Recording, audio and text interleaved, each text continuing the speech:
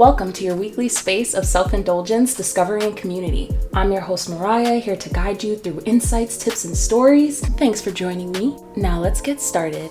Welcome back to the Self-Indulgent Podcast. I am your host, Mariah. I'm a clinical psych doctoral student, and I am here to talk all things you, all things the self, getting connected to the self, coming back to the self, how to do that, and how to navigate that through this crazy life that we all live. This is going to change and evolve over time as we grow, get older, experience more things. Come on this journey with me. Today's episode, we are talking about creative blocks, which is, for me, one of the hardest things to deal with, especially as somebody with ADHD. So that's a whole nother thing. But I do want to talk about creativity and creative blocks, what to do in creative blocks, why they might be happening, why creativity in general is important. Like, oh, who cares? Why does it matter? It matters. Creativity matters. And any form that you do it. And so before we get started, don't forget to subscribe, like, share this episode with somebody else who might be interested. Wherever you're listening to this, don't forget to follow, download the episode, and then give us a rating. Okay, so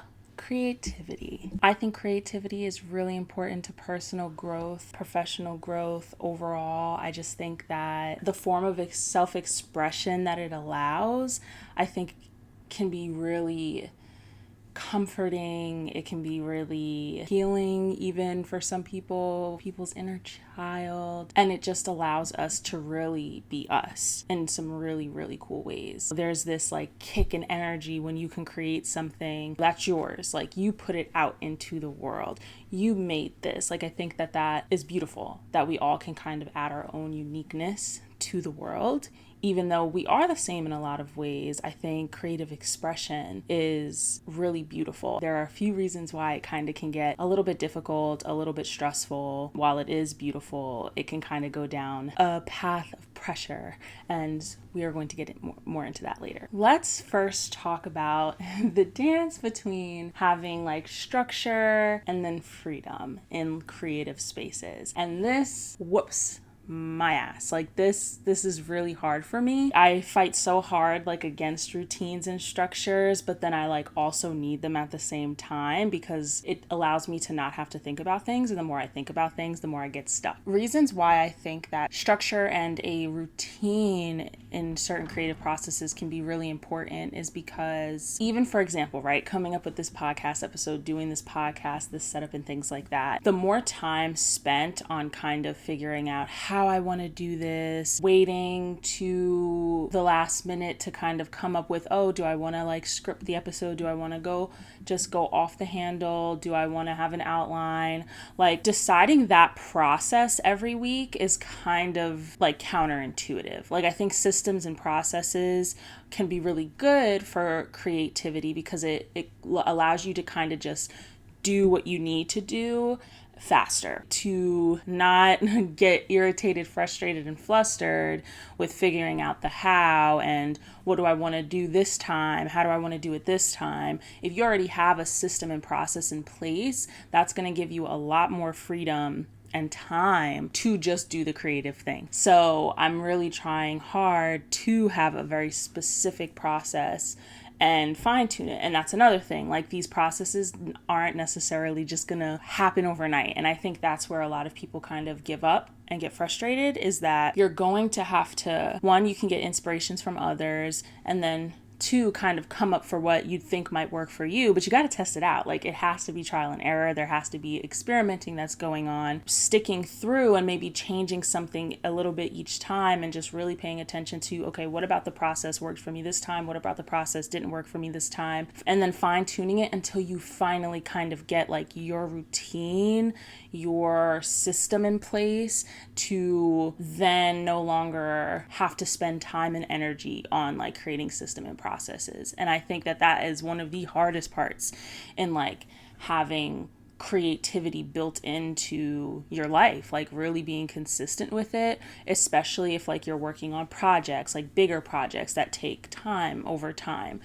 You're going to want like systems and processes so that you can get to it. You really can just be creative and get to it, but that's going to take some time. So I urge you to find some sort of system and process, at least around like the logistics and like just the setting up. So like if you, for example, like are really into art, like part of the process might be every Friday you do like an inventory check to see like if you're running out of colors, if you need new brushes, like things like that. I think that's when having systems in place can really help with your like just allowing you to have a creative flow instead of kind of going by the seat of your pants and then getting stuck in places, not having what you need, or not creating an environment that is conducive to what you're trying to create. And I do think that it will give you a really nice like framework for exploration and just like innovation. And too much structure, of course, isn't great either.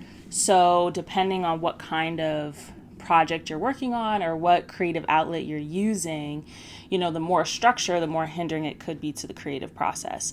So again, this is going to take trial and error to see like how much of what you're doing actually needs to be structured and routine and in parameters, and then what doesn't. What is too limiting? What do you notice makes you uncomfy? Like very much paying attention to the process in the beginning, especially if you're new to kind of really wanting to take like your creative outlets more serious and you want to really incorporate it into your lifestyle. Paying attention to what is working and what is not working, what is making you uncomfortable, what is not, like that's really important. So structure just enough for you to be able to explore, have fun, and do what you need to do, but not to the point where there's chaos and like decision making becomes hard and there's so many things that you have to kind of figure out. Okay, so now let's talk about the impact of limiting environments.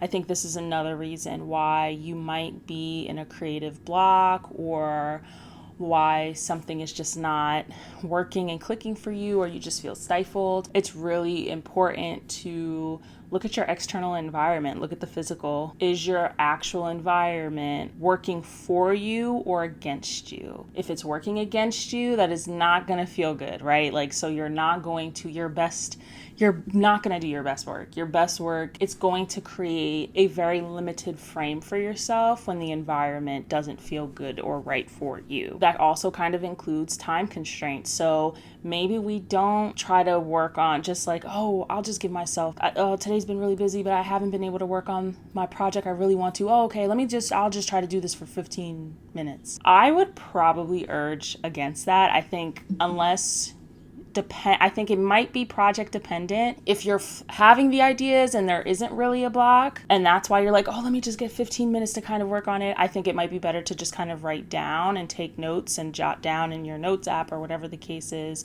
what you're thinking, what you want to do next if you are being hit with it, but you don't have enough time. Or if you are in a true creative block and you're constantly trying to just give yourself these little bursts of time on certain days of the week or every day, I think that's a lot of pressure that feels like rushing. I don't think we want to put time constraints around creative processes. And I think for myself, I struggle with this. Honestly, it's part of the reason why I won't even do it in the first place, because I'm too worried about the time. I'm constantly worried about how much time something is going to take. If you haven't seen my Redefining Time episode, you should check that out. A lot of you guys enjoyed that episode, but it's still is an issue for me. Like, I still worry about time often, and it's exhausting. I just wonder like how creative and just what kind of expression would come out if I wasn't worried about time. Like, honestly, if I just allowed myself to sit and do, no matter how long it takes, until I felt like it, I would probably get way more genuine, or maybe genuine is not the word, but maybe more different and just new and exciting things that come out of myself, other than, okay, I have this much time, I only want to really do this for this amount of time. I'm going to default to things that I already know have worked, or default to things that I'm already pretty decent at, right? Like, that's not going to grow or create more creativity. It's just not. All that's doing is kind of limiting my potential or what I could have done if maybe I had given myself another 30 minutes, or just at least the time to really do it until I'm like tapped out and ready to be done. And then I think another thing that can really limit creativity and is part of our limiting environments is societal pressures. I cannot express enough how the amount of content we consume on social media impacts 100% our creativity, the way we think about things. I said this in my last episode about how, we're looking, was it last episode? In a previous episode, how it's great to look for advice and to kind of get inspiration from others and see what others are doing. But man, is it so easy to go down the rabbit hole. Really think for ourselves, depending on how much content you're taking in, it can be really hard to clear your brain, get all of that out, and then perform your own kind of thing when you have so much influence and pressures to, this is what a podcaster should do, or this is what an influencer should do, or this is what a beauty guru should do, this is what my video should look like. Those are all pressures from social media specifically, but you can look at it as a society as well. And then from a larger scale, as far as societal pressure, I think it 100% can police the things that I do, the things that I say, how I show up. All of that is just compounding and weighing on the creative process. If you're feeling that and you're feeling insecure about your work, or you're feeling like you really want to share this with others and you want them to like it, that can 100% make it extremely difficult to just allow yourself to flow in your process and in your work when you're constantly thinking about the audience. We moved into this culture of who is your target audience? Who are you trying to, blah, blah, blah, blah. And I think that those pressures sometimes can be very, very stifling. I wonder what would come out of us, if that wasn't there, right? I think some people are much better at filtering it out, and I would love to know how. I would love to know where that kind of confidence, how do you build on that kind of confidence, or at least enough, taking yourself out of it enough to just do you and really just express. And then we have our own limiting beliefs and self-doubts that all stifle creative process and just our creativity in general. I cannot tell you how many times I have the feeling or potentially have an idea, and then I just don't act on it. I'm just oh, well, I didn't really plan on doing this today. This is kind of uncomfy. But the next time I do, when I actually am planning on doing it, then maybe we'll give that a shot. It never happens. Are you kidding me? Forget about it. I think we need to, for myself anyway, I need to start, if I feel it and I have it and it's sparked and I'm free, I need to just go do it. I definitely have some limiting beliefs and behaviors around that stuff. And that's where routine and stuff can get a little tricky, because if I'm 10 toes in my routines and I'm oh, well, nope, I scheduled content creation on this day. But if I have the idea and the spark this day instead, a different day instead, why not just go and do it? You know what I mean? So there's that conflicting balance between the two. Other ways that limiting beliefs can get in the way is just oh, I need this in order to be able to do this. I don't have the best equipment, or I don't have the best materials, so it's not really worth it. Those are all limiting beliefs at the end of the day. We are creative beings. We can make shit shake. We can work with what we have. Do you see how it's just it's literally our thoughts that completely can take over and control what we're capable of. That's why, anxiety and depression and all these things kind of tend to win sometimes, is because we're over-identifying with our thoughts and they're becoming these really limiting beliefs that are just not helpful to any of us. So how do you get over some of these obstacles? You should really start to take account and inventory on what in your environment is helping and what is not. Like I said before, as far as routines, creating routines and stuff, it's the same thing with just act when you're actually doing it. Is a messy house getting in the way of what you want to do, and is it stressing you out? That's something that needs to be taken care of. If you're having doubts and negative self-talk and things like that, I think something like journaling. My last episode was on journaling, which thank you guys so much for the support on that episode. That episode is my top performing episode. We are doing a journaling challenge, so make sure you go check that out. But I think journaling can help if you're having like too much brain clutter, and that's really what it is. It's the thoughts, it's the self-doubt, it's the limiting beliefs, it's the noise. I think something, either whether that be meditation, going for a walk, deep breathing exercises, journaling it out, like getting it out so that you can come back and reground and try again, to kind of clear your mind. And then before you can let yourself think about it, just start doing.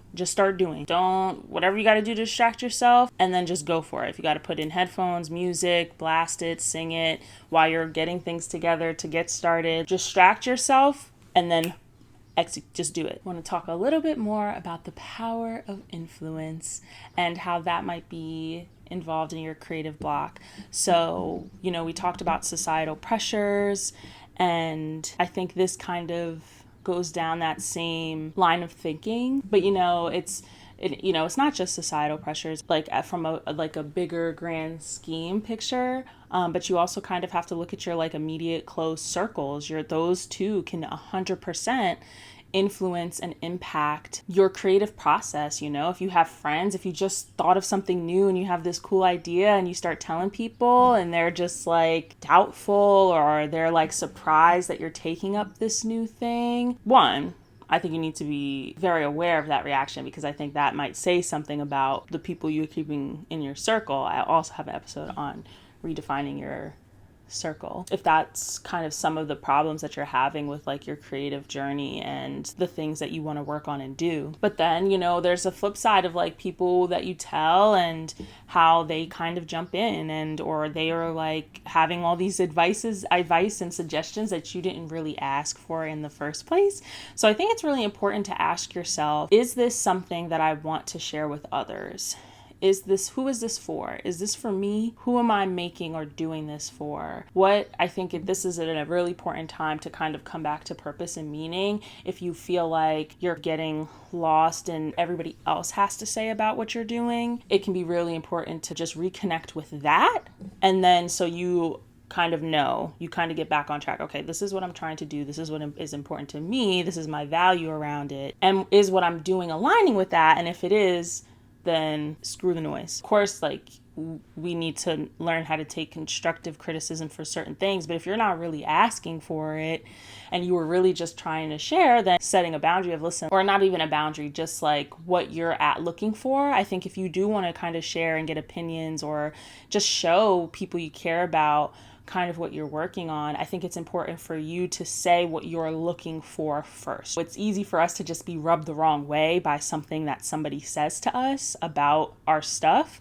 But if you kind of came to them with it and you didn't set the precedent of what you need from them and why you're showing them and what you're looking for from it, it's just free game for them to say whatever they want. So, I think saying something like, hey, like I've been working on this thing. I really just want to show it to you and share it. And I'm not really looking for constructive criticism, but maybe if there are some positives that you really like, I'd be open to hearing that right now because I'm still working on it, whatever, you know what I mean? Anything like that. And next, let's talk about comparison and that type of influence. And this goes, again, with social media and everything, all the content we're consuming. And when we look for advice, that's one thing, right? Looking for kind of advice and inspiration is one thing. However, we see the success of people who we want to do something similar can start to get kind of really blurry between trying to figure out what they did that worked for them to be so successful and how to translate it into us. Inspiration and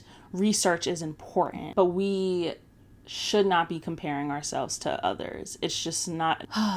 This is hard because can we really take inspiration and mentorship from others if there's not a little bit of comparison? You know what I mean? Like, I think the mind is going to do it anyway.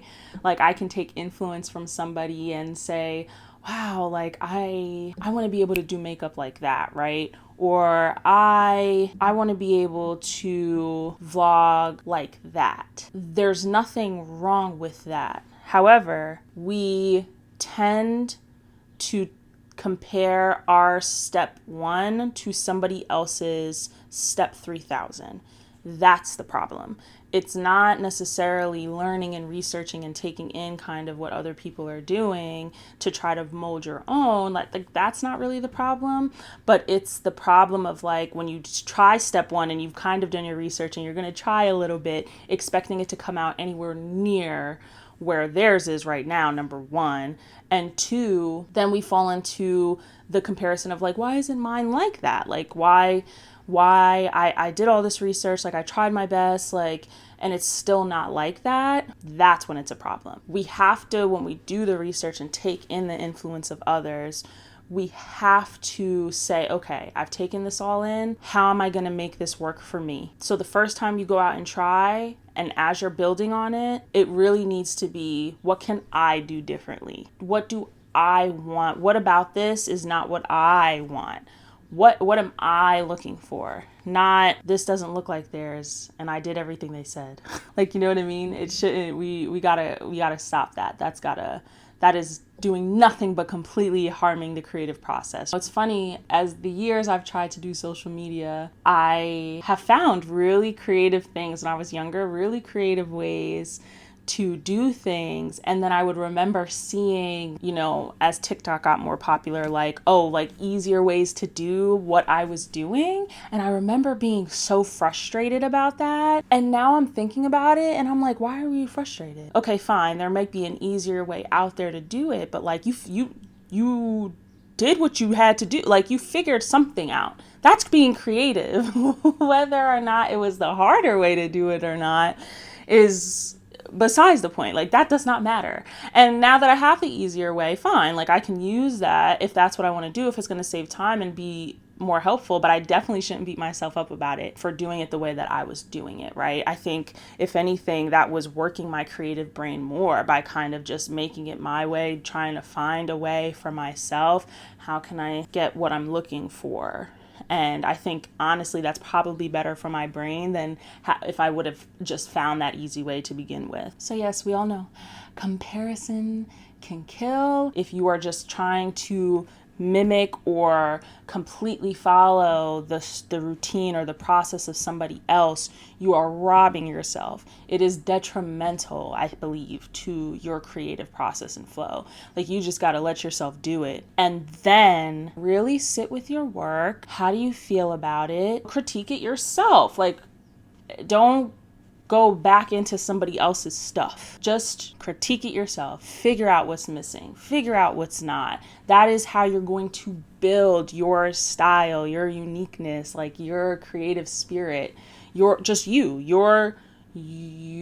imprint in this world. So before I get into some exercises and ways that you might be able to get out of a creative block, if all this other stuff is fine and it's really just like you're stuck like in your process or project or whatever you're working on, and you've kind of already worked on all the other things, I have some exercises and things you can try. But first, I want to talk about why you might be in the creative block, aside from, you know, the societal pressures that come with it and your environment. There are other reasons why you could be in a creative block. The first one is fear of failure. And man, does that whoop my ass. I think fear of failure gets to everybody. I'm learning that more and more, you know, as I realize and see that, again, we're seeing people on their step 3000 out in the world doing things, and we didn't see like the struggles and the build up to all of that. So the fear of failure can really be intense and 100% cripple like creative process, right? Because at that point, you're likely being overcritical of what you're doing. Anytime we operate out of a space of fear, and this is overall, like not even just in creative processes, not even in this world of creativity that I'm talking about, the fear of failure is crippling across the board. It can, for example, like with exams, like if you have a fear of failure, it can get to the point where like you're just not going to do it. Like that procrastination is comes in strong, especially if you have a fear of failure. You're just holding yourself back. You're not giving yourself the freedom. Like it's like a cage. Like that fear of failure is like a cage. Think of it as a cage. It is required that you break free in order for you to blossom and do all the creative things. And so I would say if you have a fear of failure, I think you need to figure out why exactly what you're afraid of. You need to ask yourself and get very clear about what it is about the failure that is getting to you. What are you telling yourself it means? What would the failure look like? Like, what is worst case scenario? What does actually failing look like? And is it realistic? Like, are you actually going? No. It's usually 9 times out of 10. That's a no. Now, if you've never sang or practiced singing a day in your life and you're like, oh, I should do this talent show. You sign up for this talent show and then you have a feel of failure, I could still argue, I think you're setting yourself up for failure if you didn't practice and you're going to be stressed about it. But also, what does failure mean? What would failing look like? Running off the stage crying? Okay, I guess you could say that's what failure in that situation would look like, but you got on the stage in the first place. So it's really kind of, again, your relationship with it. You really have to understand your relationship with the fear of failure. And so depending on what this is, like if this is something, if you want to enter like say an art show or something like that, forget the art show, right? Like let's not think about the art show. If it's further out, like let's not think about it. Let's focus on the work, right? Like you do this art for a reason. Like it speaks to you, you have a connection with it. This is like your thing.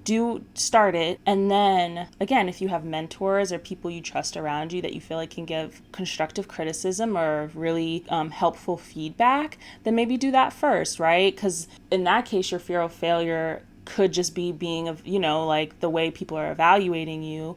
Kind of like desensitize yourself to that, kind of see the people around you, their thoughts, how, it felt to take that in, like practice those things. Like if exposure and things like that is kind of the big fear and like it not being received well, that's how you can kind of work with that. It's like almost like kind of like mini exposures. That's kind of how exposure therapy works a little bit in a very basic way. Another one is perfectionism. I have a whole episode on perfectionism that you guys also like. This is hard because I think a lot of creatives actually do have this in them, that perfectionistic brain, especially if they've been doing it for a long time and or are extremely passionate about what they're doing. So like for me, my perfectionist brain really stopped me from making content for a very long time. My perfectionist brain, I probably could be a lot further down the line with certain things if I did not let my perfectionist brain get in the way. My perfectionist brain also aligned and was besties with my comparison brain. That was also part of it because I was seeing all this really well-produced stuff and I wanted that so bad because it looked so good. And so when I went to start to do things, if it wasn't like that, I was pissed.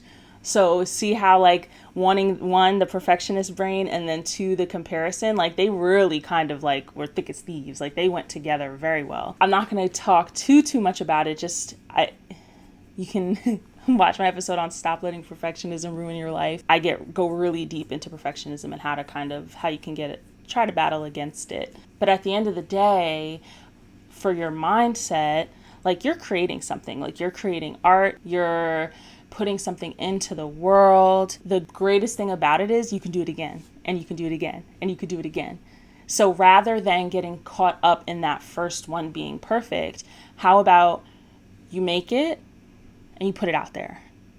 And then if you really decided this, and let it sit with you, let it see what happens with it, see how you feel about it, see, if you want feedback from others, get feedback from others, and then decide, no, if you still feel that way, if you still feel like this wasn't my best, then do it again. But don't wait to put stuff out there, or however you're kind of doing your creativity. Like don't feel like you have to spend years on this one thing because you're still waiting for it to really be perfect, when nothing is ever perfect.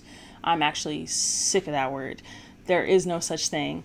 And it's all relative, right? The beauty is in the eye of the beholder. So maybe the project is not the problem, and it's your eyes. Your eyes are the problem.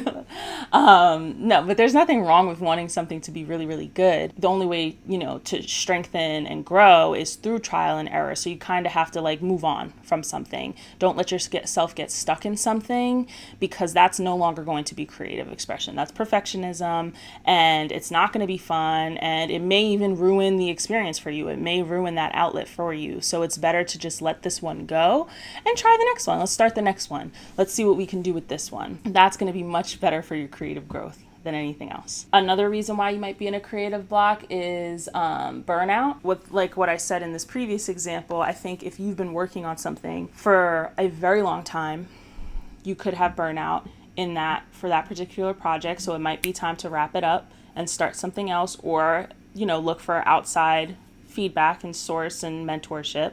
Or, this is a burnout in the sense of it's not necessarily the creative project that's causing the burnout, it's your life, the rest of your life that's creating the burnout. So this is where, checking in with yourself, and all of my episodes on different ways to connect to yourself and know and kind of get to know yourself in that, what kind of burnout is this? Am I stressed about all the other things I'm doing? Is it the project itself? Like, is it work? Is it family? Figure it out, get to the root of it. And what are your self-care practices? What are they? Do you need to meditate? Do you need to breathe? Do you need to take a walk? Do you need to read a book? Do you need just a weekend off of everything? Figure out what you need, because it could be burnout. The only way you're going to be able to figure that out is if you're constantly checking in with yourself, paying attention to that. What does exhaustion and burnout look like for you? Because you can go online and find all these different things that mean burnout or what burnout looks like, but it might be different for you, especially my high functioning depressives and anxiety folk. When you are high functioning anxiety and depression, it can be very hard to identify when you're burnt out, because honestly, you probably have been for a really long time, and yet you are still high functioning. So you kind of have to take note of your day to day, start logging, journaling, self check-ins daily, and kind of see where you're at, and you'll kind of be able to fine tune this over time. And then next is maybe you're lacking inspiration, and this is a tough one. I think that if you're lacking inspiration, rather, you can go and do more research and kind of look at others' art, or look at what others are doing for inspiration. But if you are having a lack of inspiration, I actually implore you to do something that you've never done before, and that is completely outside of the practice that you're doing. Allow yourself a new experience in life. I think we get very caught up in the mundane, the day-to-day, and that's why we start to lose inspiration. We start to lose play. As I get older, and I've said I never want to lose my childlike self, and I do think that over time, especially being in a graduate school program, I am feeling like that kind of being sucked out of me a little bit, and it's scary. I've always wanted to be very in touch with that. I want to be able to play, and I think the way to connect with that part is to do the new things, give yourself new life experiences, have the novelty of something, and allow that to foster fun and inspiration inside you. And it could have nothing to do with the project. It's actually better that it has nothing to do with the project. I think that can really start to get inspiration and play and fun and have all of that come out of you the more you try and new things, because new things breed new experience. New experiences breed new feelings, new thoughts, new behaviors, all new emotions. So I think that is a great way to help with inspiration. And then, you come back with all these new, and you might just be very inspired and excited to do something and to put all that energy into something, right? I think that's a great way to work with the lack of inspiration. And also just know you're not always going to be inspired. I think that's totally okay. I'm not saying to, jump out of an airplane every time you feel like you're uninspired.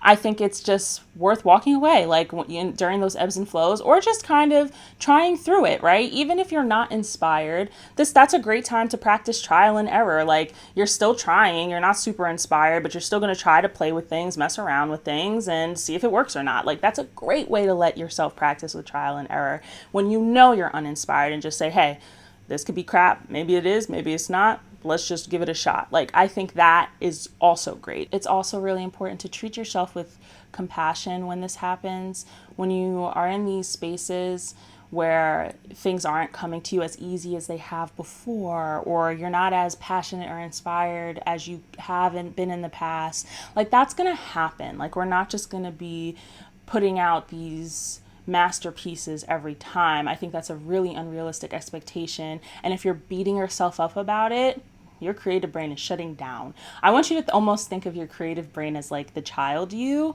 and what would the child you do if it was being reprimanded and told, oh, you can never do anything right, or oh, you're so boring, this is trash. What would that kid do? Cry, run away, shut down, and never want to be creative or play again. So yeah, that's what you're doing to creative brain when you're talking to yourself like that. So I really need you to show up with compassion for yourself, so that you know that, one, you got you. You're okay. Things aren't always going to come easy, and you're allowing yourself that space to just mess up, or to not be perfect, right? Like, those are all, that's a sense of freedom. Like, to be able to give yourself that type of compassion, that is very freeing and healing. And including that, get curious. Like, if you're really like concerned about the creative block, get curious. Let's figure out the root of the lack of inspiration. Let's figure out why do I feel so stuck? Like, I think between compassion and exploring, I think that is a really great way to kind of figure it all out. And so now let's talk about some really quick things you can try if you're not in a crisis and you're just like, I want to get something flowing and going, and you want some guidance. One is just like complete and utter just writing everything that you're thinking down. So like, versus not like journaling, like just writing all your thoughts down, but more of like brainstorming. So if you have some ideas, just let them flow. Like, get a pen and paper, type it in your notes, all the types of ideas and creative thoughts you have, like, just put them all down, whether good or bad, it doesn't matter. Like, let's not put good or bad on it, just let it all out, let it go, and then pick ones to play with. Or you can try mind mapping. Mind mapping is kind of starting with a really, really big idea and then creating branches for connected ideas. So for example, if I had, for an episode for a podcast, if I wanted to mind map, I would say, okay, friendship, right? And then what are some words that come up with friendship? Okay, loyalty, commitment, fun, girls' nights, and then you can branch up other topics from there, right? So it's like this whole diagram of different, getting to more and more specific. You're getting more and more specific until maybe something hits you that you're connecting with. I would implore you to go touch grass. I think touching grass and being out in nature is great for creativity. Go breathe outside, run a few laps, do something. I'm just kidding. You don't have to go run to be creative at all. I will say though, after the gym, sometimes if I have a really good lift, the energy alone is enough for me to really get going and really be inspired to do things. And that motivation that it kind of gives, really, like, the brain is on, like, it is turned on and it wants to put the energy into something. So I do think that could work in that way. You also want to take breaks. If you've been staring at something for an hour and nothing is happening, I'm going to have to tell you that it's not today. It's not happening today. You're not doing it today. Let it go. It's okay. Maybe next time. But I think it's just better to take a break and walk away, and then maybe come back. What are your self-care routines? Again, that's another way to kind of maybe little things you can do to help with those like blocks and that discomfort and that stuck feeling. Like, what sets the mood for you? What sets the tone for you? Go listen to your favorite album or something that you really love. Go do your hobby. Go do a new hobby. Go find a new hobby. Do something like that. Again, see that, like, that's something new. So kind of like that, what I had said before about the creative blocks, like, do something new, or being uninspired, do something new. Try a new schedule. Maybe it's this creative process that you created and this routine and schedule that you've created is no longer working. You feel stuck in it. It's not promoting new ideas. change it up, switch it up, see if trial and error, see if that makes any difference, if it creates any shifts for you. All right, that is all I have today for you guys. Thank you so much for watching. Before I go, your reflection question. We always have a reflection question. What is something that you've always wanted to do or work on or try that you haven't, and why? Why haven't you done it? Why haven't you started? Why? And reflect on that and see what you come up with. Let me know down below, what are your projects? What are you working on? How do you get creative? What do you like to do? I love, right now for me, I think this podcast is a big one. I'm a talker.